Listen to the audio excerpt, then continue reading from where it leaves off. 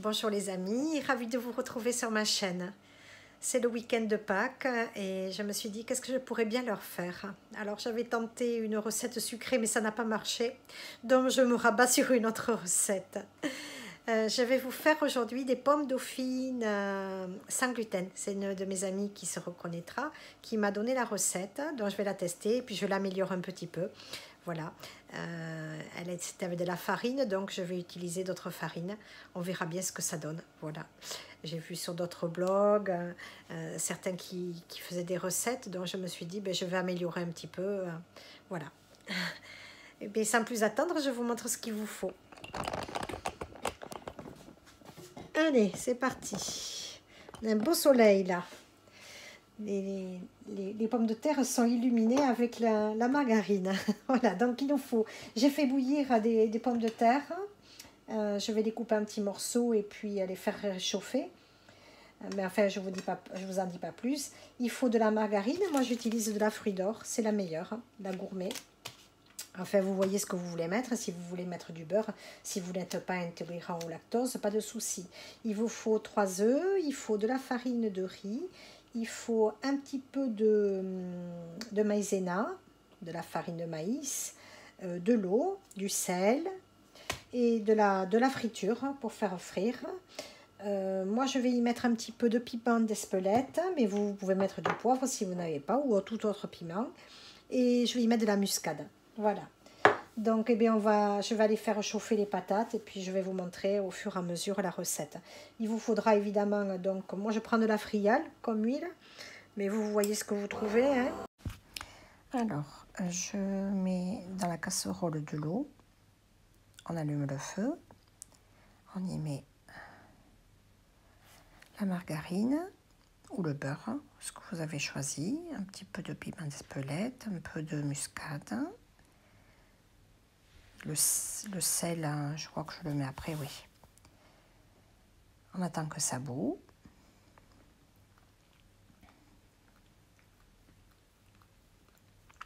On tourne un petit peu. Et après, on va y mettre d'un seul coup les farines. La farine de riz et la maïzena, le sel. Et puis vous goûtez pour voir si c'est assez salé, autrement vous rajoutez. Pareil pour les épices. Alors là, je mets ça dans un saladier et je casse les œufs un à un.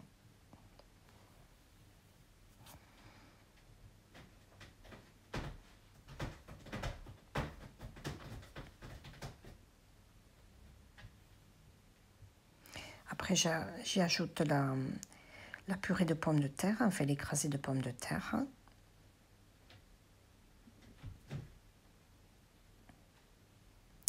Je tourne bien la cuillère et après je finis avec, j'écrase un peu avec la main.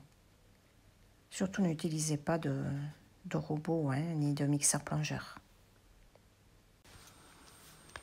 Alors là, j'ai fait chauffer de l'huile friale dans une poêle. Et là, je plonge les 2 cuillères à soupe.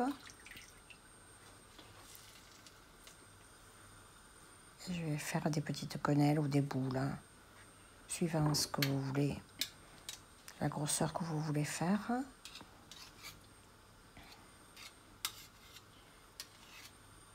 L'important, c'est d'être avec les cuillères, toujours les plonger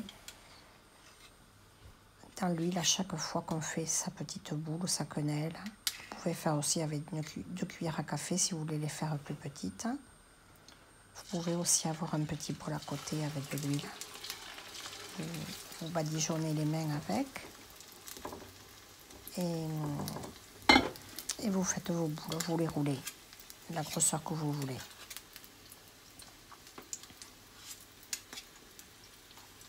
L'huile ne doit pas être très très chaude. Il ne faut pas les saisir, il ne faut pas qu'elle fume. Il faut que le feu soit doux. À un moment donné, c'est un peu trop fort. J'ai enlevé la casserole de dessus le feu. Enfin, la poêle. Voilà, moi j'ai fait avec l'huile friale parce que ça ne donne pas trop d'odeur à la friture déjà. Et surtout, on ne s'enfume pas la cuisine, il n'y a pas trop d'odeur, ni de fumée. Si on utilise cette cuisson lente, enfin lente, ce n'est pas trop fort. Voilà, on peut en faire, tout dépend la grandeur que vous avez de poêle. Vous pouvez la faire au wok aussi. Voilà, j'avais le temps, donc j'ai pris mon temps de les faire. J'aime bien faire la friture. Voilà, et normalement, au bout de 10 minutes, tout dépend. La grosseur que vous faites à votre pomme. Elles sont très bonnes. Bon, là, j'en ai pas fait beaucoup. Au début, je ne savais pas combien il allait en contenir. Et après, j'en ai mis un peu plus dans la poêle. Donc, je les ai tournés au fur et à mesure. On peut les laisser aussi cuire doucement pendant un petit moment, puis on les tourne. Là, vous voyez, j'ai dû la sortir du feu parce que ça allait trop vite, la coloration. Et puis, ça éclate, c'est normal, hein. La pomme.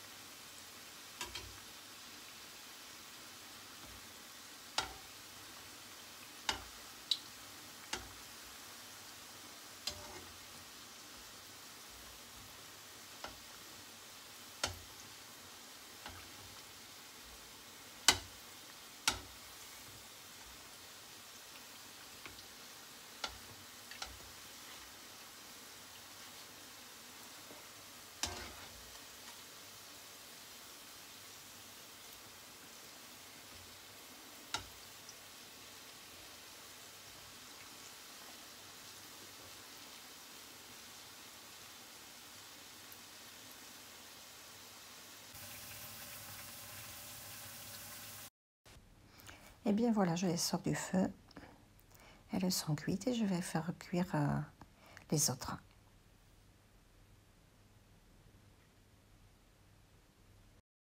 Regardez comme elles sont belles. J'ai pas pu résister, j'en ai déjà mangé deux ou trois. Les autres elles cuisent. C'est un peu long en cuisson. Il faut 10 minutes, un quart d'heure par cuisson parce qu'il faut que ça cuise à chaleur lente comme je vous ai expliqué. Voilà, donc je vous montre les splendeurs. Alors vous pouvez en faire des plus petites que moi avec des cuillères à café, ça vous fera des petites pommes noisettes, voilà. Moi j'ai fait les grosses pommes dauphines, voilà, les autres elles sont encore plus grosses, elles sont comme moi. Bon allez, on va déguster les amis, je croque, je partage avec vous.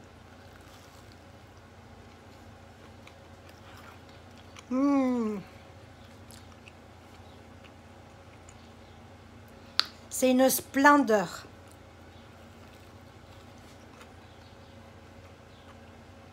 Essayez cette recette, vous allez être trop bon.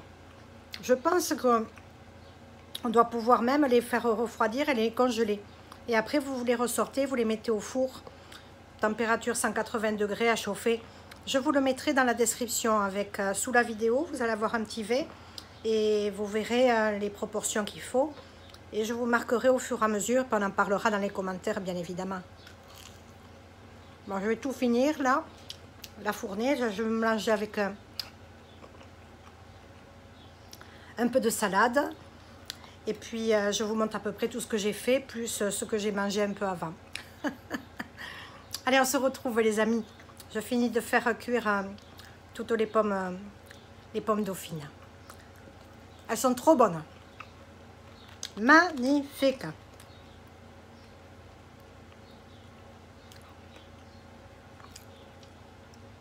Elles sont délicieuses.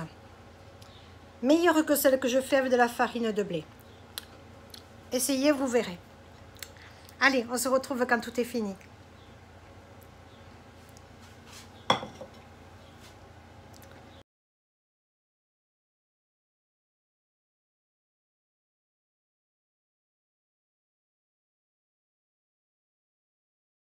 Regardez ces splendeurs, les amis. Elles sont magnifiques. Regardez. Toutes rondes, toutes belles. Il y en a des un peu plus allongées, comme des quenelles, j'ai fait. Mais bon, chacun choisira. Allez, testez cette recette. Dites-moi dans les commentaires si vous les avez aimées. Venez nous rejoindre sur Keto Econom Natoche, sur Facebook et Instagram. Et puis, partagez cette recette, bien évidemment. Mettez des petits pouces si vous avez aimé. Abonnez-vous à ma chaîne, ça me fera bien plaisir. Jaja vous envoie la bise. Et puis, passez de bonnes fêtes de Pâques. Et puis, on se retrouve pour une prochaine recette. Je vous dis ça, mais pareil, vous regarderez cette vidéo au mois de juillet. Allez, je vous embrasse, les amis. On se retrouve dimanche prochain, peut-être pour une autre recette. Adi chats et bonne Pâques!